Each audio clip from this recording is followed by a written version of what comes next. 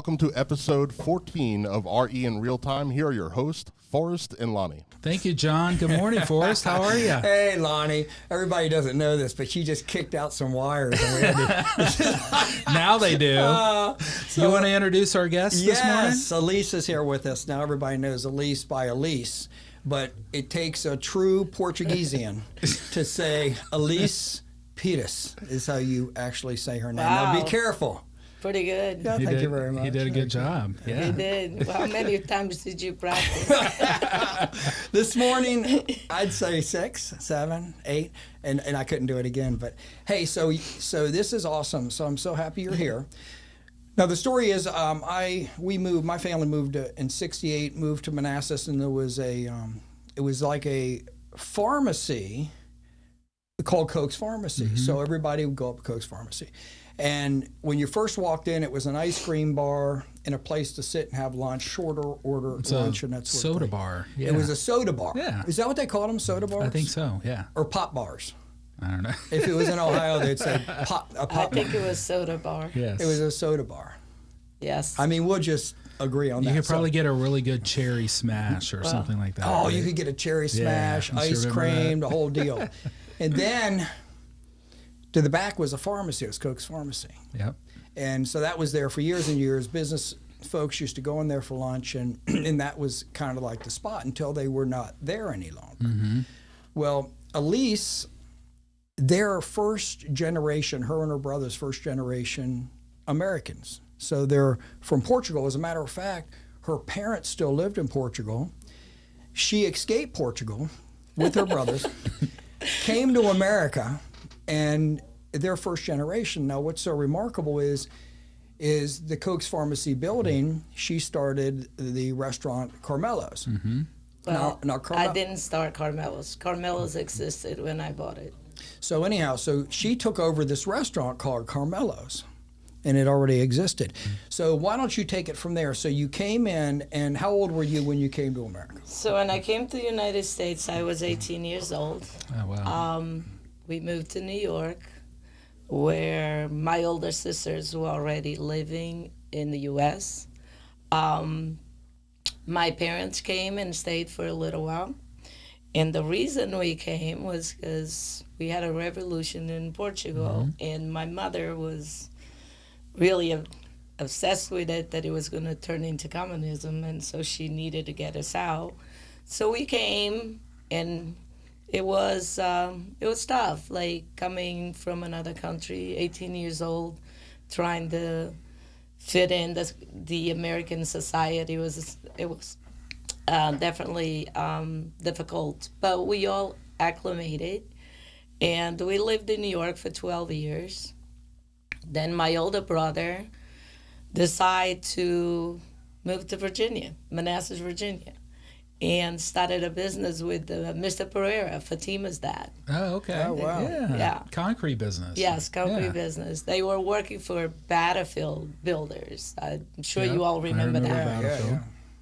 So then slowly Frank Barrows, which is my brother-in-law, and my entire family ended up in Manassas, except for 2 sisters. One lives in Portugal, the other one's still in New York.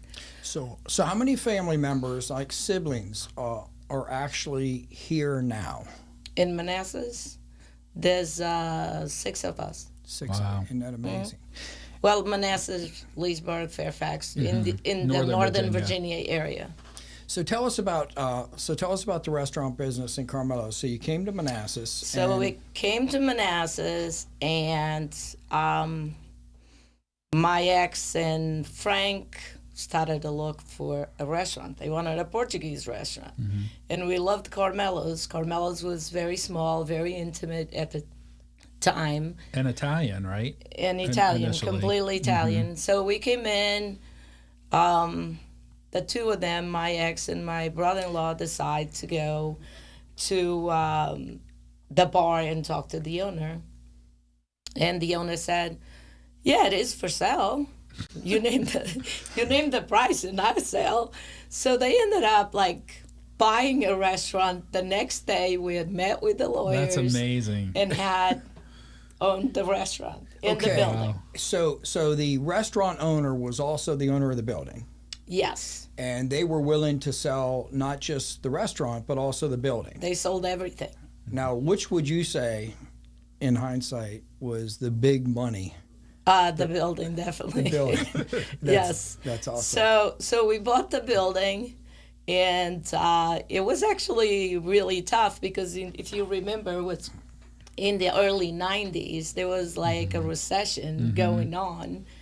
And so I went to work at Carmello's with one of my brother-in-laws who was my husband's brother and had the experience in restaurant.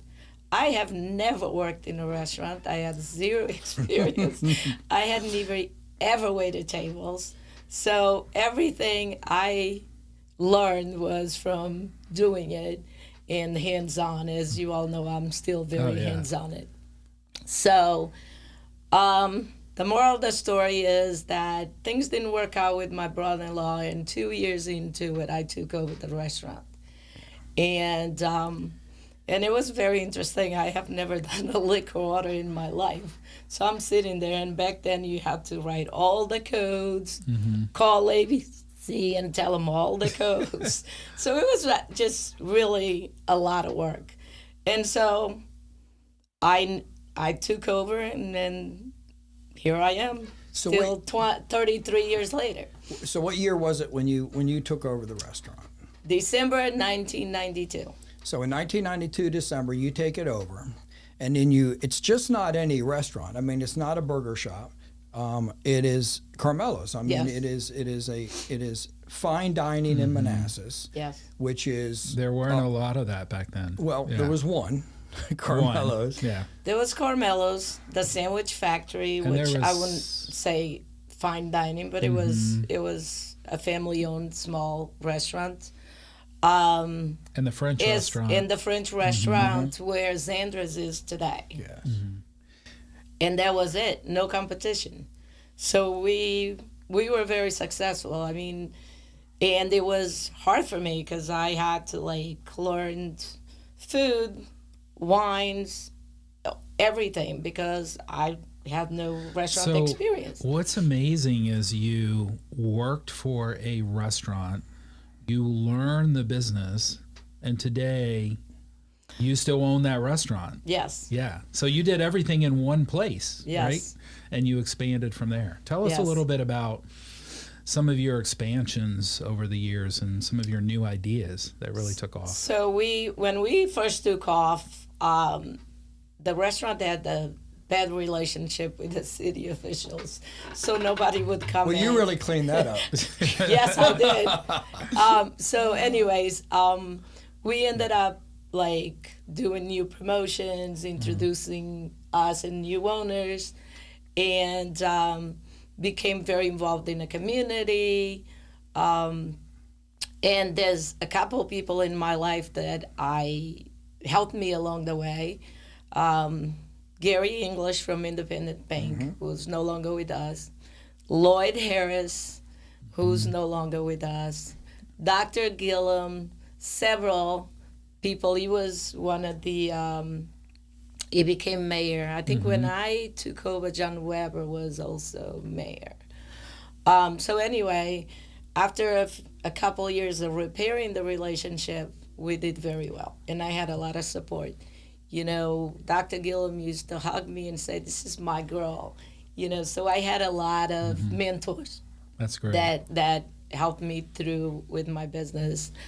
And when we bought the company, we also bought the building, and it's two separate companies. But I was paying 3 different loans at the time. And so one was to Miss Conway Seeley. I never forget, because she was such a wonderful lady. And I was almost always late on my payment. And she would call me and say, "Mrs. Peters, Mr. Conway wants his payment." And I'm like, I'll be right over. And they used to live on Grand Avenue, so I would go over and take the check. And she was so thrilled with that. And I remember running to her daughter later, and she said, "You know, my mom really loved you." She said, "That Mrs. Peters was also always late, but she never missed the payment." You did whatever it took. Right. You did whatever it took to make everything work out, and it was and if there was a challenge, you met the challenge. I remember one time, everybody really liked going to Carmello's, and the food has always been fantastic. And you used to have a dessert cart that would come over. So it was like, would you like some dessert? And like, this is total peer pressure. It's like she gave the idea. You know how you're walking out of a grocery store and all that stuff's lined up for the kids to grab and touch, and then you have to pay for it. She did that with desserts. So she said, "Hey, would you like some coffee and the dessert?" And you look around where there's the dessert. So what are you going to say? Can't say no. Yeah. And then it 9 wasn't. times out of 10, you sold desserts. Yeah. So that was a great strategy to sell desserts. Today, unfortunately, we cannot do that for health codes. Oh, you can't pull out the card anymore. Yeah, No. Interesting. That's why they stopped doing it. It's because of the health code. But you go in, and at that point in time, it wasn't, do you want dessert? It was like, here's what you can select on this level. There was like 3 levels Right. of Yes, dessert. and then we had one that actually had the after dinner drinks with it as well. Oh, okay. So, and you would say, okay, this one goes well with sambuca or whatever. After so, dinner drinks. So we would sell a lot of desserts. Well, that was your profit margin, Yes, probably, right? yes. Yeah. Today it's a little tougher to sell it because people don't see it. Out of sight, out of mind. Yes. And it was just like all of it was so delicious. And then and there's something about the human where if they bring it over to you and they've already gone into the trouble and then they talk about it and it's sitting right there, you feel compelled to go ahead and do it. And then you're not disappointed because it was all so delicious and it was like fresh and I remember that very, very well. And then the other part is I was in law enforcement, and when you're in law enforcement, you have to go before a magistrate. Well, there was a magistrate, his last name Manassas. Well, I'm in there having dinner at her place, and we go, and it was kind of split up. There was a dinner section, and then there was like a bar section. And over in the bar section, I heard like live music going on. Well, I go over, and Magistrate Tassa He's the performer? He's the performer. So she's got him over there singing. She's got a nice little bar crowd. She had like a throwback 70s bar, but I guess at that time it was trending. Yeah. And it was just so wonderful, and I just loved the place. And when I first got in, really started getting busy in real estate, I said, okay, well, this is the experience I want people to have. So I used to go over. Now, she was bringing up her son Miguel into the business, and he is a force to be reckoned with in the business. Now, he is just so good at what he does. But at that point, she's bringing him up, and he would come up, and I'd say, hey, I want to buy $2,100 gift certificates. He'd say, oh, I better go tell Mom, whatever. So they would go back and shuffle in the back office. And back then, it wasn't just a computer thing. All you had to handwrite it. Yes. But I didn't want to have to come in every time I had a settlement. Sure. I just wanted to get a bunch of them, give them out as gifts, and then let people come in and experience enjoy it. it. Because a lot of my clients, I was serving, I'd serve attorneys and judges and that, but a lot of them were police officers and blue collar workers, and they weren't going to experience Carmello's. And I thought, this is something they can introduce them to that. So I do that, and they would send me over and say, hey, do you want to sit at the bar, have some tea, water, a glass of wine, or something like that? So that kicks me off into hospitality. So it's one thing to own a business and be a good business person. It's another thing to be very outgoing, where people, like you said, you would take the payment late, but she loves you. I know my mom, Gloria, loves you. You are so personable. But here's the deal with you. You're also a very strong business person. You have a business mind. You have this intuition to understand what people want, what they need, and how to deliver it. And it's the most professional restaurant. When you go in and you see the service and how things are coming along right there in Manassas, you can pretty much go anywhere. And it's a high level of efficiency and service. Now, what would you attribute that to? Was it a natural thing, or? Yeah, I definitely. It's got to be then you, because like I said, I had no experience in the restaurant business, but I took over and that I enjoyed it very much. So I became part of my customer's family and vice versa. Like he said, his mom would come over and host for me for free. She just wanted to be part of it. And so it was wonderful. I met a lot of great people throughout the years that I probably would never have that opportunity. My son met a lot of people, and today he has connections in business that possibly were made at Carmello's in Monza.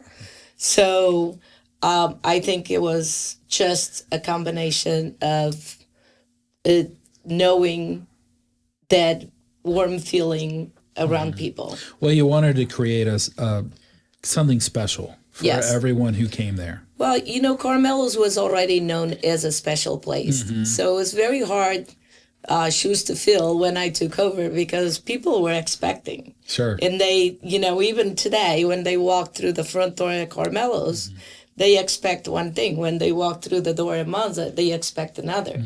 So basically, my staff has to be trained where you cross that wall and it's a whole different ball game. So you have to cater to a higher level of professionalism than Monza. Monza tends to be a little bit more casual. You change your personality. Exactly. So you have to be able to do that and bounce back from one place to another. We do that in real estate too. Yeah. A little bit. Yeah. So, but I want to just go away from my business a little bit. Not that I don't enjoy talking about it, and talk about my relationship with Forrest throughout the years. Forrest, yes, it started with those gift certificates. That's how we met each other, and then kind of met the whole family. I also knew Fortune very well. Farrell, not until later. But then, we built that family relationship where your niece lived above the restaurant and all of this stuff. And so, yes, I done very well in real estate. The restaurant is a solid business that pays my bills every day. And whatever little money I can save, I have invested. And I invested most of my money in real estate. I done very well. My assets have grown throughout the years.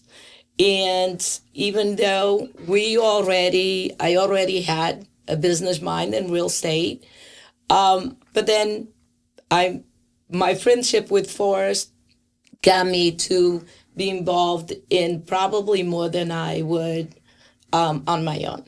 So, the house I own on Battle Street, the White House on the corner, which is very well known, it's today my outdoor bar and patio for Monza. We actually named it the Garden. So it's one branch out of the restaurant, the two restaurants. I bought the house because of Forrest. Forrest bought the house for me. So I owe him a lot because of that. And I always say, that house, I wanted it from like 20 years before. And the people wouldn't sell it to me because for some reason they had some kind of deal with me, which I still don't know why. But ends up that I bought the house, which was an amazing investment. I bought it for $400,000 less than I was willing to pay 5 years before. And today is, I'm doing really well. I extended the restaurant to it. And so Forrest had a part of that in my life. And so I always say, when I hear your podcast, I always say, listen to Forest, and they have great ideas. And people that never invested or are afraid to invest don't realize that, rent can pay your mortgage. Absolutely. And sometimes people are so afraid not to make enough money to pay the mortgage that they afraid to invest. So I am well known, as you all know, from the restaurant business. But I have to say, I made part of my wealth higher on real estate. So I always try to even coach the kids that work for me how to go about to buy their first property. And, I ask them, how much do you pay in rent? Oh, $18,000, $2,000, $2,500. I'm like, you think that if you could find 25% for a down payment, you could be paying that house and it's yours. And whatever value grows, it's going to be your return. And they're like, really? They really don't know. I mean, it's amazing how many people still don't know that. So you share your experience with the younger Yes, people who work in often. the restaurant. So let me ask you this. So when you were that 18-year-old young girl who arrived in the United States, did you ever fathom that you would be a successful restaurant owner and real estate investor? Not in my wildest dreams. Isn't that awesome? No, I wanted to be a doctor, so that's a big difference. so I ended up, but I love the restaurant business. I still enjoy it, not as much as I used to, I have to be honest, but it was in my blood, and I enjoyed doing it. I had fun doing it. It was a good ride. I wouldn't change it. But no, I would never think that. Well, if you 33 years in the restaurant business, you're like a doctor. You're like a psychiatrist. I mean, dealing Absolutely. That is true. the personalities, it would be like no doctor could have survived that. I mean, it's an amazing story. But here is really the key where the initial investment of real estate and the business intersect. You control your destiny, so you have the power to sell both. If you own the restaurant and it's extremely successful, you're going to run into the situation where your lease is coming due. So your own success works against you on your lease amount. And if you want to sell it, your success works against you because your lease may come up in a short period of time and the new owner only has a certain period of time to make the money.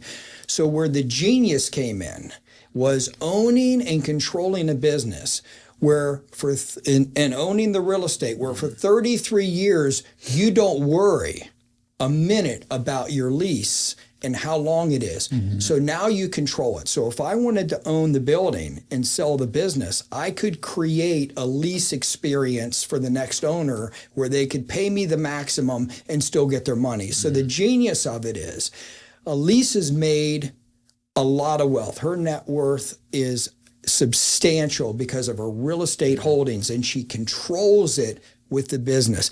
And even to the point where the building next door, which is a very well-known building where Okra's was, you and Miguel currently own that. And I think, and Miguel has just, Miguel is a student of restaurant business. He will travel the earth and see different concepts and say, this is going to work. He says, right now he's got the businesses, he's got 3 businesses in that one building. So what was just the Okras and then a Thai restaurant, he now has 3 different concepts in the same business. Plus he's got the rentals on top. Yes. So Miguel is he never stops. He is, I'm very proud of my son because he turned out to be ambitious than his mother, I think. And he has done very well, and he's still looking. And he's done, like Forrest said, he looks for different concepts, but he sees that it works in other places, and he tries to bring it to the community. So I think he'll take over from here. When I walk away, I know that there will be It'll be some taken care of. Yes, Yeah. somebody will be. And he's so successful that it's beyond fear. I mean, he had an opportunity out in Haymarket. He took advantage of that. He had an opportunity to own real estate, have the apartments above, and have a restaurant below in Culpeper. He took advantage of that. So very seldom do you have wealth built in a generation that springboards to the next generation, where they can not only stay in that business, real estate and restaurant, but actually advance it.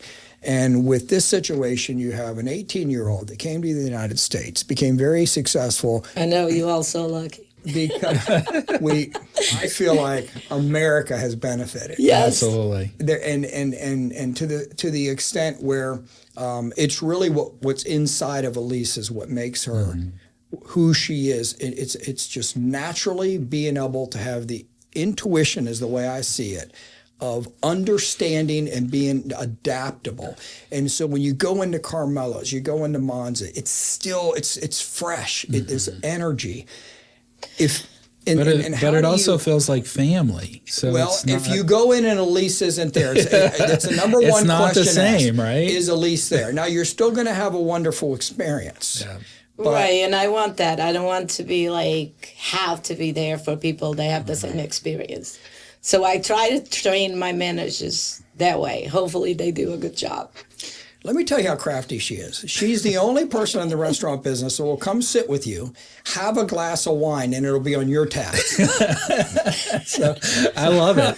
That's great. Normally, it's like, can I offer you a glass? Oh my gosh. Oh, yes. It's because the dessert tray had to go away. No, it's because usually they want to buy me the wine. It's not me. Okay. All right. Well, I knew there was another part to the story. Well, okay. So there's somebody right now that's watching this, and they're saying, look, I'm not going to be looking for something easy. I'm not looking for easy. I'm not looking for instant gratification. What's the secret to a young person being successful today? First of all, you need to think your plan through really well. Do all your due diligence, because it's very important that you know what you're getting into. Restaurant business is very challenging. I don't think everyone can be successful. If you do get involved and it's something that you enjoy, it's in your spirit, then think your plan properly. Put some funds aside, because sometimes the first couple of years are not the best. Rainy day. Yeah. And, go for it. Work hard, focus on your business, try to keep up with new trends and new things, evolve with time. Do not sit there and say, I know everything. No one knows everything. For me, what worked was that I was able to change throughout the years and see what was out there and go after and continue to grow. A lot of times when you sit in one place and you think you have it made, that doesn't work. You have to be open-minded. You have to stay educated. You have to, like doctors, educate themselves throughout. It's the same thing for us restaurant owners. You keep informed above all, and you work hard. Don't think that you're going to hire 10 managers, then you're going to make money. They will be making the money that in your beginning years. I used to work 16-hour days, raise a family, and sometimes I look back and I'm like, how did I do that? I really don't know, but I did it. Very little sleep. But I knew that I had to do it in order to move ahead. So I went through a lot of tough times, recessions every time we went down. I had a fire in the restaurant that I was closed for a year, and I was able to survive. So always have a plan. Perseverance. Always have a plan. And when you make good money, if you can save for rainy days, that will help you in the end. Today, kids have a lot more information than we had. When I opened the restaurant in 1992, we were still calculating everything by hand. we were putting orders, writing them down on a pad, and look how far we come now. My employees would not know how to do that, to go and look up a price. My employees back then, they needed to memorize all the prices. Somebody asked you, how much is skimpy? You had the answer. Today, they have tools in their hands that gives them that answer. So I would say they have advantage towards how we did. So, and that's where my son came in. Like, he always pushed me. He's like, Mom, if I went to him and said, oh, can you do this for me? He's like, no, Mom, you're a smart woman. You can do it. And you had made me do the phone, computers, and, I had to learn because you wouldn't do it. And so if I wanted it done, I couldn't sit there waiting for somebody to do it for me. So, and I think that's why I'm still here today, because of that. If I had not have that same process of thinking, I wouldn't be here. So yes, perseverance and hard work, I think, can carry you through life. Well, you've made a huge impact, and it's been a real pleasure to sit down with you today. Well, thank you. Hear your story. Thank you so much. Thank Elise. you. We appreciate it. I hope great success as well for you guys. Yes, indeed. I like what you putting out there. Lots Thank of you. free information. So thank you for having me. And thank you. Thank you. John? That is a wrap for episode 14 of RE in Real Time. Make sure you subscribe to all of the platforms, YouTube, Spotify, and beyond. Make sure you follow us and like all of our upcoming episodes. And we will see you here next time on RE in Real Time.